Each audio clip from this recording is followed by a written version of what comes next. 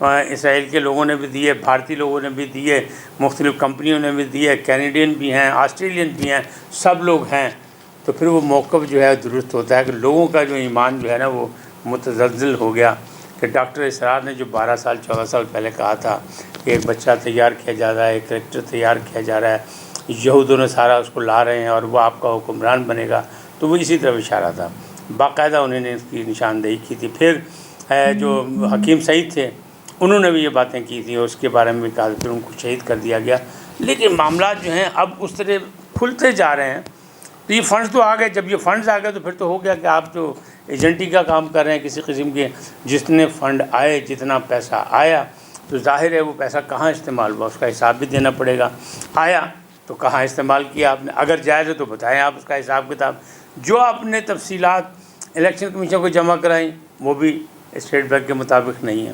وہ بھی ٹیلی نہیں کرتی، تو پھر آپ کو سچا کیسا مانا جائے، صادق اور امین کیسا مانا جائے؟ وہ جو عزت مآب تھے ثاقب نثار صاحب، وہ آپ کو دے گئے ایک سند، آپ کو ڈگری دے گئے کہ آپ صادق اور امین ہیں، لیکن آپ اسے قائم نہیں رکھ سکیں، آپ کو جو حیثیت ملی اس پہ آپ رہ نہیں سکے، آپ ناکام ہو گئے۔ اس کا مطلب یہ ہے کہ عمران خان صاحب ناکام ہو گئے اور وہ چیزیں جو ہیں وہ کھل کے آئیں۔ اب جب یہ ریفرنس پہ جائے گا، جب یہ سپریم کورٹ تک جائے گا، پہلے تو اسلام آباد ہائی کورٹ جائے گا، پھر سپریم کورٹ تک جائے گا، یہ بات بڑی دور تک پہنچے گی۔ میں نے کہا نا بات ہے رسوائی کی، اس میں رسوائی لازمی ہے۔ اب پھر مطالبہ ہوگا کس کا؟ فل کورٹ کا۔ پھر لوگ کہیں گے یہ کیا ہو گیا، یہ فل کورٹ کیوں کہہ رہے ہیں؟ کیونکہ انہوں نے 3 رکنی بینچ پر عدم اعتماد کیا، شریفانہ طور پر کیا، ڈائریکٹ الزامات لگائے لیکن انڈائریکٹ انداز میں لگائے، لہٰذا انہوں نے اس کا برا نہیں منایا۔ حالانکہ اگلے دن ہی اللہ تعالیٰ نے اپنا معجزہ دکھا دیا کہ جب وہ جوڈیشل کونسل میں گئے اور ججز کی تعیناتی کے لیے، تو وہاں ان کو واک آؤٹ کرنا پڑ گیا، وہی واک آؤٹ جو حکومت نے ان کے سامنے کیا تھا وہ ان کو وہاں کرنا پڑ گیا۔ اس کا مطلب یہ ہے کہ اللہ تعالیٰ ہی عزت اور ذلت دینے والا جو ہے وہ ثابت ہو گیا، اگلے ہی دن معجزہ ہو گیا۔ لہٰذا چیف جسٹس آف پاکستان عزت مآب کو بھی سوچنا پڑے گا کہ ایک بہت اہم ادارے کے آپ چیف ہیں اور آپ سے لوگوں کو بڑی توقعات ہیں، لہٰذا اس کے بارے میں آپ کیا کر رہے ہیں کیا نہیں کر رہے ہیں۔ اب فنڈ ضبط ہو جائیں یہ تو کوئی بات ہی نہیں ہے، شو کاز نوٹس ہو گیا یہ بھی کوئی بات نہیں ہے، کون سی کارروائی کون سی سزا ہوگی؟ سزا پہ یہی ہے کہ نااہل ہو جائیں گے ساری عمر کے لیے، پی ٹی آئی بین ہو سکتی ہے آگے جا کے، ابھی نہیں، لیکن یہ جو چیزیں بن گئی ہیں، جو چیزیں سامنے آ گئی ہیں،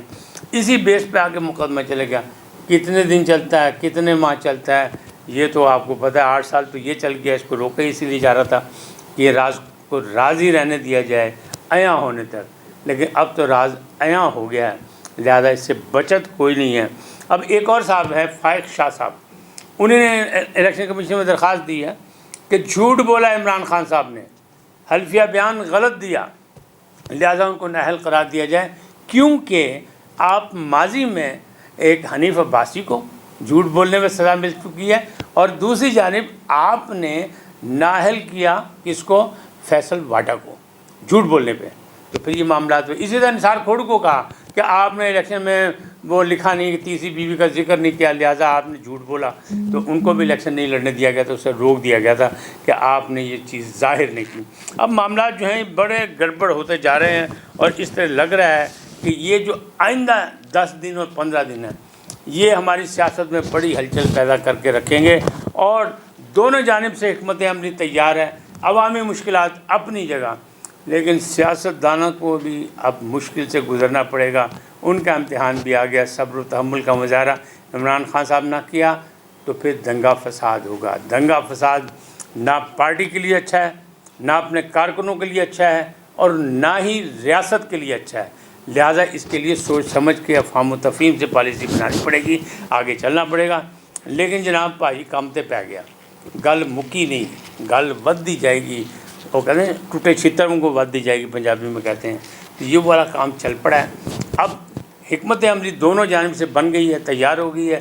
ماہرین جو ہیں قانون کے انہیں سر جوڑ لیے ہیں، اور اس میں دیکھیں 10-15 دن کے اندر ایک نیا طوفان برپا ہوگا ہماری پاکستان کی سیاست۔